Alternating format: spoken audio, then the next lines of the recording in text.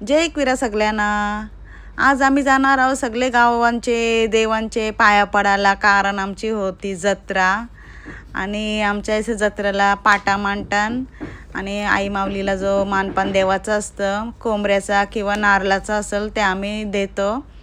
बाकी काय आमची जत्रा तर नाही मांडत, कारण की जत्राचा जाम मोठा एक विषय आहे, तो मी आता बोलू शकत नाही, म्हणून आमचा बहुतेक बरेच वर्ष झालं आमच्या गावात जत्रा नाहीच मांडत। आणि आलो आम्ही पाया पडायला गावदेवीचे मंदिरान।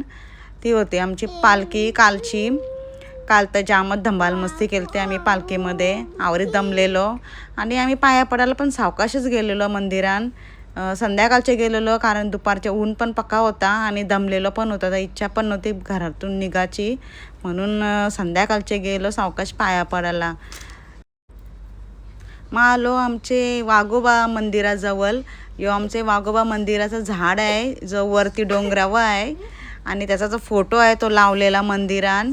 आणि इथं वाघोबाचं मंदिर बांधलंय का तर मानपान देवाला तवरे वरती डोंगरावर कोण जाऊ शकत नाही, म्हणून आमच्या गावानंच वाघोबाचं मंदिर मांडलेलं आहे आणि त्याच आम्ही जाऊनशी पाया बिया पडतो। आणि मग आलो आमचे देवाऱ्यान पाया पडायला। आमचे देवाऱ्यान नित्यानंद बाबाची मूर्ती आहे, गणेशपुरीची स्थापना केलेली आहे आणि इथं बाजूला आहे आमचा देवारा खंडोबाचा। आणि मग इथून पाया पडून आम्ही गेलो आमचे गावांचा जो हनुमान मंदिर आहे, विठोबा रखमाईचं मंदिर आहे, तिथं आलो।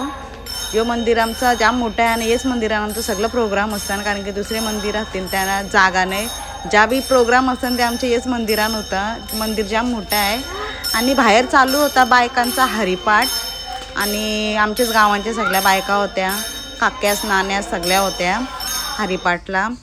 आणि आलो आमचे करंजा देवीच्या मंदिरात, तो LPला आहे ना, आया पण मस्त डेकोरेशन केलेला मांडव वगैरे आणि मस्त वाटत होता, कारण की कोण नव्हता ना आम्हीच होतो।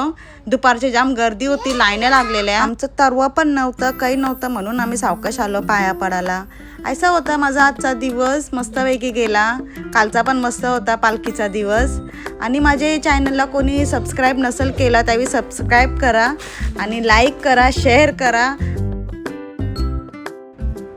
भेटूया मग पुढच्या नवीन व्लॉगमध्ये, तोपर्यंत बाय। जय एकविरा सगळ्यांना।